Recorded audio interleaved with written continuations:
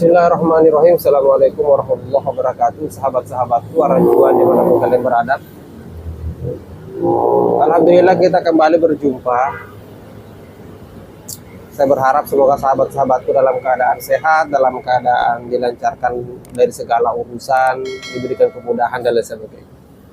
Baik, sahabat-sahabatku, kita kembali berjumpa dan ini adalah episode yang panjang ya, membahas soal kekeliruan berpikir, membahas soal kesalahpahaman dalam memahami Islam dari orang-orang yang ada di dalam Jokam ini. Tentu sahabat-sahabat sudah tahu bahwa episode kali ini ya, saya akan membahas soal Pak Soleh dengan istrinya. Cerita panjang yang kemudian disampaikan oleh Pak Soleh ini akan menambah bukti baru, akan menambah informasi baru, akan menambah informasi terupdate lah soal bagaimana sih di dalam Islam jamaah itu, apakah benar dari sekian banyak orang yang membahasakan bahwa LDI sesat, Jokam itu sesat.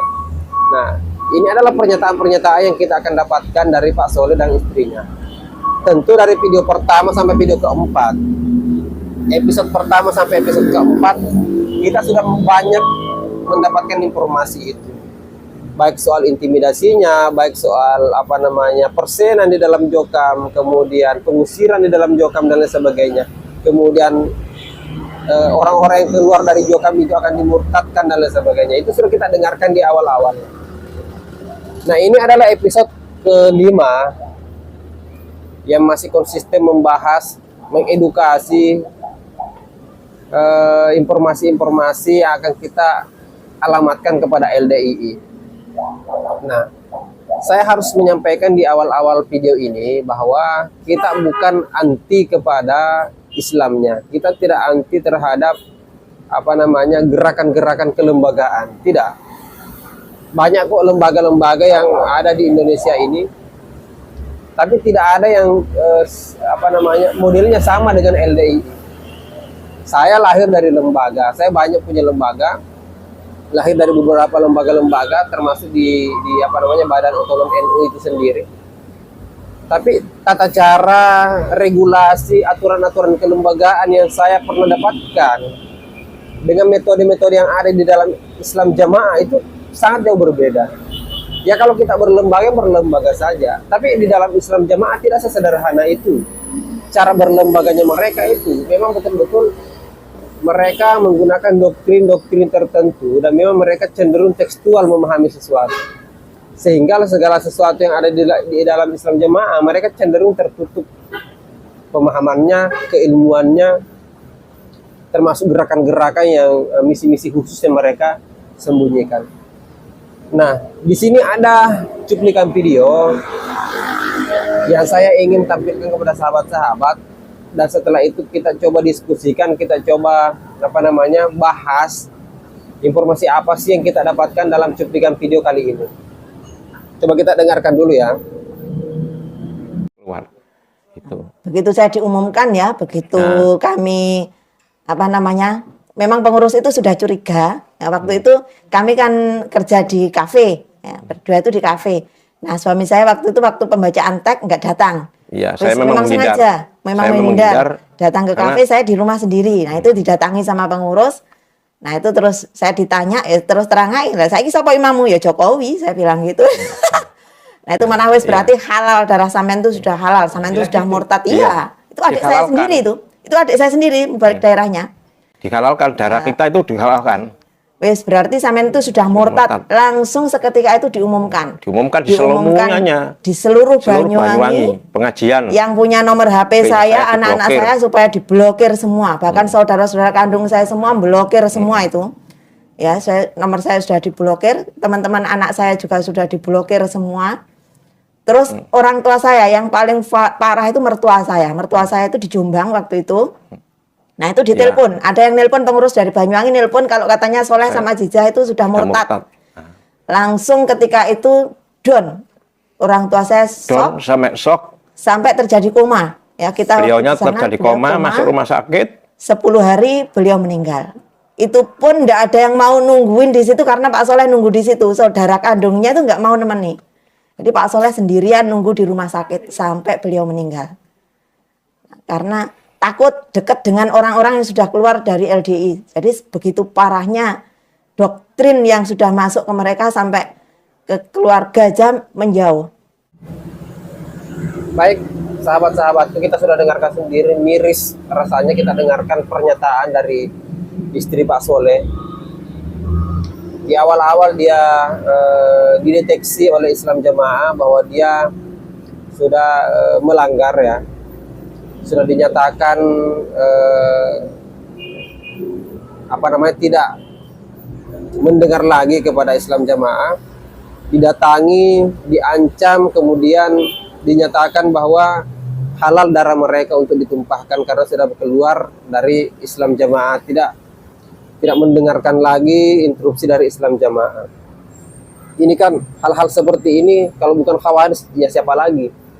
Khawarij lah yang kemudian berani melakukan hal-hal seperti itu, sampai mengancam dan sampai memang melakukan. Kalau kita tarik ke belakang sejarah dari Khawarij itu, dia berani bukan hanya kepada orang-orang Islam yang biasa, tapi sekelas Ali bin Abi Thalib itu kemudian dibunuh, sekelas keluarga-keluarga garis keturunan Nabi itu dibunuh. Dan ini memang kerja-kerjanya Khawarij seperti ini. Dan doktrin ini kemudian diteruskan oleh Islam Jamaah. Doktrin seperti ini itu diteruskan oleh Jokam. Kita sudah dengarkan sendiri. Ini yang bicara seperti ini bukan orang lain. Yang bicara seperti ini adalah orang yang pernah sangat cinta sekali, sangat fanatik sekali dengan LDI. Dan kemudian dialah yang kemudian keluar dan membongkar hal-hal seperti ini kepada kita semua. Jadi kurang bukti apa lagi? Bahkan mirisnya adalah Pak Soleh, sesuai keterangan yang dicuplikan video tadi itu, orang tuanya sampai dikabari. Orang tuanya Pak Soleh sampai dikabari bahwa anaknya dan istrinya ini sudah keluar dari Islam Jamaah. Sampai orang tuanya Pak Soleh koma dan pada akhirnya meninggal.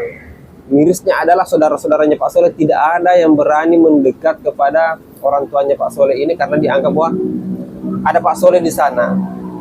Dianggap bahwa Pak Soleh ini adalah orang yang sudah murtad, tidak boleh didekat, tidak boleh berdekatan. Ini sampai sebegininya.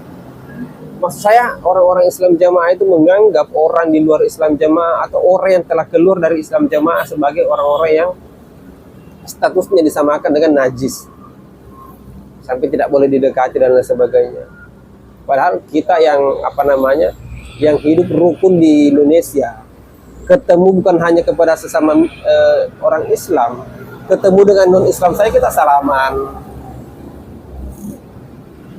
Itu sebagai bentuk persaudaraan kita sebangsa, setanah air, sama-sama sebagai anak bangsa. Nah, sedangkan praktek-praktek yang kemudian didoktrinkan di dalam Islam Jamaah ini tidak sesuai dengan yang kita pahami dalam bernegara, berbangsa.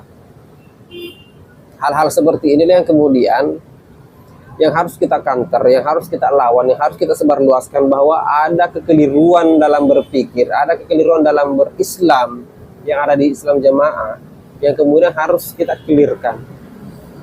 Hal-hal seperti ini tidak bisa kita biarkan. Bagaimana dengan orang-orang awam yang kemudian terlanjur terpapar doktrin-doktrin seperti ini? Ini kan tidak beres hal-hal seperti ini. Hari ini mungkin mereka masih mengancam menghalalkan darah saudaranya yang kemudian telah keluar dari Islam Jamaah. Iya, nanti ketika mereka sudah besar, LDI sudah besar, sudah susah dikontrol, mereka akan melakukan gerakan-gerakan ekstrim itu. Karena mereka menganggap bahwa mereka sudah mayoritas. Jadi seperti itu ya, itu pandangan saya. Karena rata-rata kelompok-kelompok seperti ini, aliran-aliran seperti ini, belum berani melakukan gerakan-gerakan ekstrim secara gerakan, secara langsung, secara fisik.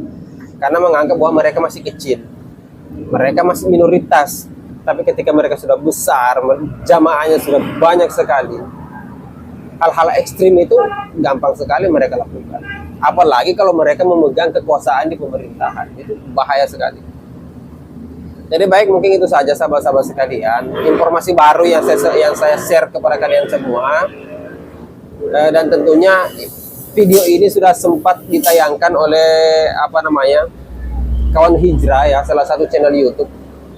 Saya pun banyak mengambil informasi dari sana, dan silakan kalau sahabat-sahabat berminat untuk menonton video lengkapnya, nanti saya sertakan di linknya di deskripsi ya. Baik, mungkin saja sahabat-sahabat sekalian. Akhir kata, wallahu muwaffiq ila aqwamit thoriq. Assalamualaikum warahmatullahi wabarakatuh.